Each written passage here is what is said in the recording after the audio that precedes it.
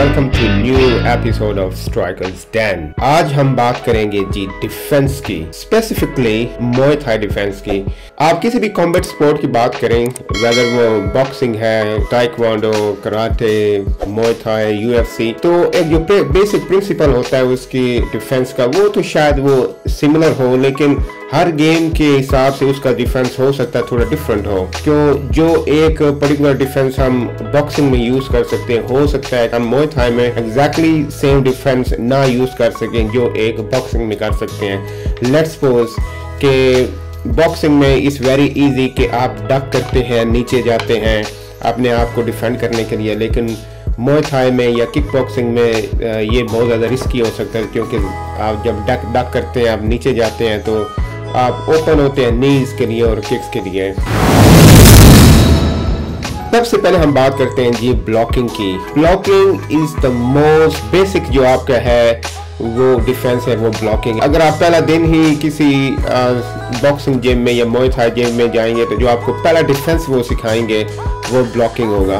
Hands up आ जाते हैं तो आपके जो इम्पैक्ट है आपके ओपोनेंट्स के पंचेस का, वो अपने हाथ पे लेते हैं या आप ब्लॉक करते हैं, तो यानी कि आप अब्जॉर्ब कर रहे हैं उसके पंचेस अपने हाथों के ऊपर, अपने बाजुओं के ऊपर, और अपने ऑफ कोर्स फेस को बचा रहे हैं। अगर आप मुay थाई की बात करेंगे तो जाहिर सी बात है वो ब्लॉक थोड़ा सा डिफरेंट होगा कि आप उसको, क्योंकि उसमें सिर्फ पंचेस नहीं होते, उसके साथ वो एल्बोज भी आ जाती हैं। तो अगर आप फर्ज किया कि इधर से आप ब्लॉक ऐसे कर रहे हैं तो हो सकता है कि वो पंचेस के लिए तो ठीक हो, बट अगर वो अपर एल्बो यूज करता है तो जाहिर सी बात है उसके लिए वो ज़्यादा जो है ना वो यूजफुल नहीं होगा। सो जब मुay थाई में है तो उसको हम मिक्स करते हैं कि आपको ब्लॉक करते हैं, हो सकता है आप क्रॉस ब्लॉक करें, आप उसको क्रॉस ब्लॉक भी कर सकते हैं ताकि जो अगर ओपन अपवर्ड्स अगर एल्बो आती है तो हम उसको भी डिफेंड कर सकते हैं। किक्स की ब्लॉक्स की बात करें तो उसका डिफेंस होता है कि आप यू रेज योर लेग और आप अपनी शिन से अपने ओपोनेंट की जो है वो किक को ब्लॉक करते हैं।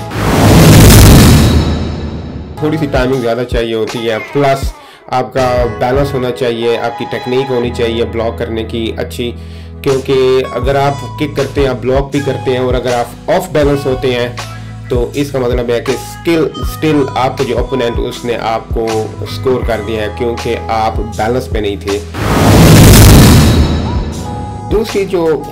दूसरी मेन डिफेंसिव टेक्निक जो नॉर्मली फाइट्स में आप देखेंगे वो है जी पैरी करना या पैरिंग। पैरिंग से मतलब ये कि आप, अगर आपके ओपोनेंट ने आपको स्ट्राइक किया तो आप उसको डिफ्लेक्ट करते हो।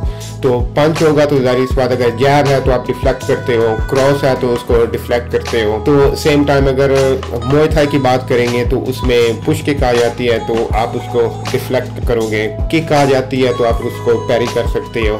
तो बेसिकली आप उसको डिफ्लेक्ट करते हो, उसका फ़ायदा ये होगा कि आपका जो ओपोनेंट है वो ऑफ बैलेंस होगा तो आप जो है ना उसको काउंटर कर सकते हो।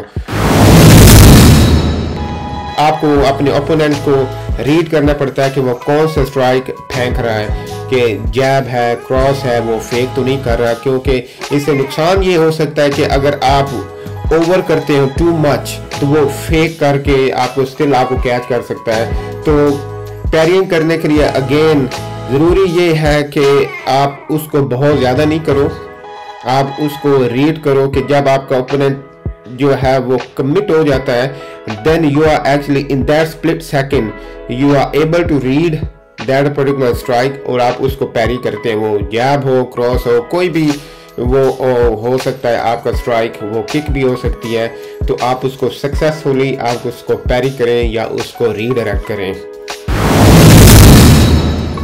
नेक्स्ट डिफेंस टेक्निक हम बात करते हैं क्लिंच और कैच की। इन दोनों को हम एक ही कैटेगरी में डाल देते हैं। अगर हम बॉक्सिंग की बात करें तो उसमें क्लिंच भी बहुत ही अहम रोल प्ले करता है, क्योंकि एक अगर फाइटर बहुत ज़्यादा अग्रेसिव है तो आप उसकी एग्रेशन को स्टॉप कर सकते हैं by clinching, holding on to him, and उसका जो है मोमेंटम जो है ना वो ब्रेक करने के लिए। तो सेम वे अगर हम मुay थाई की बात करें तो आप बेसिकली इसको एज अ ऑफेंस भी यूज़ कर सकते हैं और एज अ डिफेंस भी यूज़ कर सकते हैं। तो ऑफेंस से मुराद कि आप पुश फॉरवर्ड करते हैं और आप दूसरे फाइटर्स को मे बी जो लॉन्ग रेंज का फाइटर हो, मे बी वो किक्स वगैरह यूज़ कर रहा है या बहुत ज़्यादा हैंड्स यूज़ कर रहा है, तो आप उसको really work in the clinch, इतना आप क्लिंच में ज़्यादा काम कर सकते हैं कि आप उसके हैंड्स आर्म्स गेट्स टायर्ड, तो उसको वो इफेक्टिव जो है वो स्ट्राइक्स नहीं रहते अगर आप उसको बहुत ज़्यादा क्लिंच करते हैं।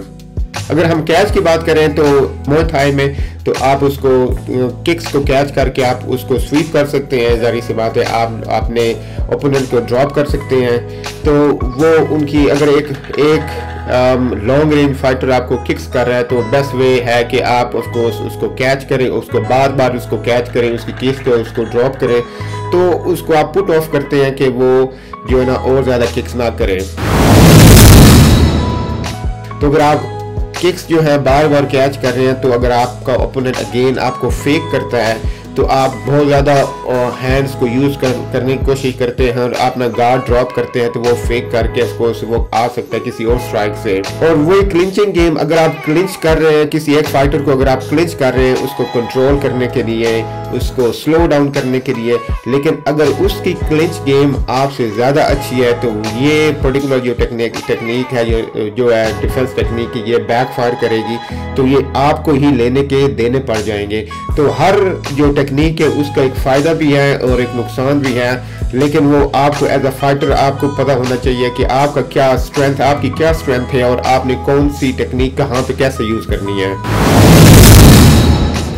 नेक्स्ट हम बात करते हैं इवेजन की, कि इवेजन क्या होता है और वो कैसे यूज होती है टेक्निक। मेरे ख्याल में इवेजन जो है उसको मास्टर करना थोड़ा मुश्किल होता है, क्योंकि इवेजन से मुराद ये है कि आप अपने ओपोनेंट को थोड़ा सा मिक्स करवाते हो उसके स्ट्राइक से। यू आर नॉट, आप बहुत दूर नहीं जा रहे, आप उससे भाग नहीं रहे, बस आप इतना ही मिस करा रहे हैं कि आप इन लाइन है उसको काउंटर करने के लिए।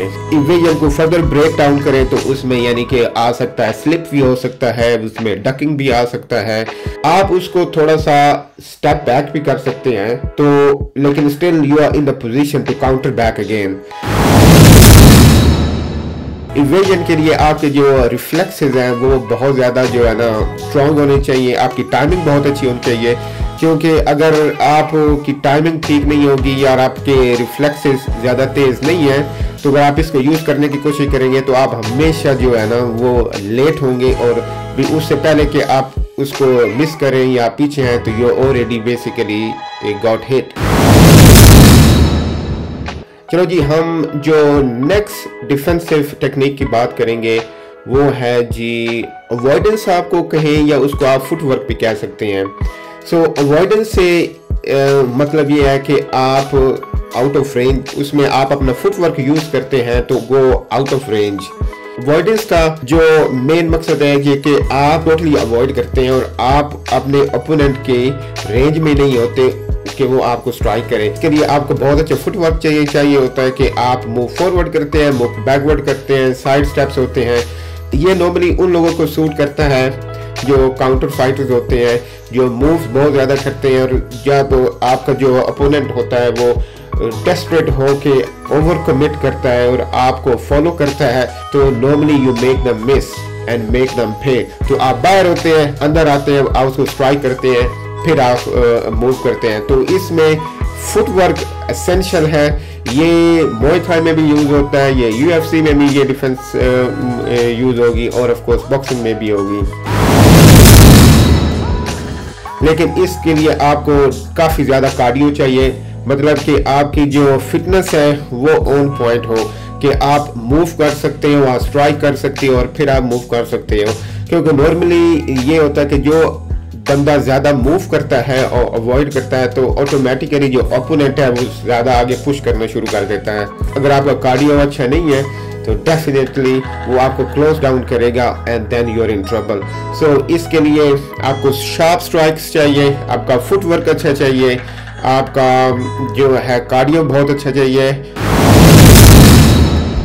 अगर हम ओवरऑल सबको समराइज करें तो हमने ब्लॉकिंग की बात की है, हमने पैरिंग की बात की है, हमने इवेजन की बात की है, हमने अवॉइडेंस की बात की है, हमने क्लिंच और कैच की बात की है। तो अकॉर्डिंग टू हर बंदे की जो बॉडी होती है और उसका जो माइंड होता है, उस हिसाब से उसको इजी होता है कोई एक टेक्निक को जो है ना अडॉप्ट करना एज कम्पेयर टू अदर। तो ये तो मैं नहीं कहूँगा कि कौन सी अच्छी है या कौन सी बुरी है या कौन सी हमें जो है डिफेंस टेक्निक हमें यूज़ करनी चाहिए, लेकिन मेरे ख्याल में जो बेस्ट ऑप्शन होगी कि you are able to use all of them according to the condition in the fight. यानी कि ये नहीं हो सकता कि आप लॉन्ग रेंज पे हो और you are trying to block, तो क्या कहते हैं, ब्लॉक करने की कोशिश करें। जाहिर सी बात, ऑलरेडी रेंज पे आप ऑलरेडी बाहर हो तो आप उसको ऐसे हाथ ऊपर तो नहीं करेंगे, इसके लिए आपको डिफरेंट यूज़ करेंगे, आप फुटवर्क वगैरह यूज़ करेंगे। बेस्ट फाइटर होते हैं वो सारी जो टेक्निक है वो यूज़ करते हैं अकॉर्डिंग टू सिचुएशन।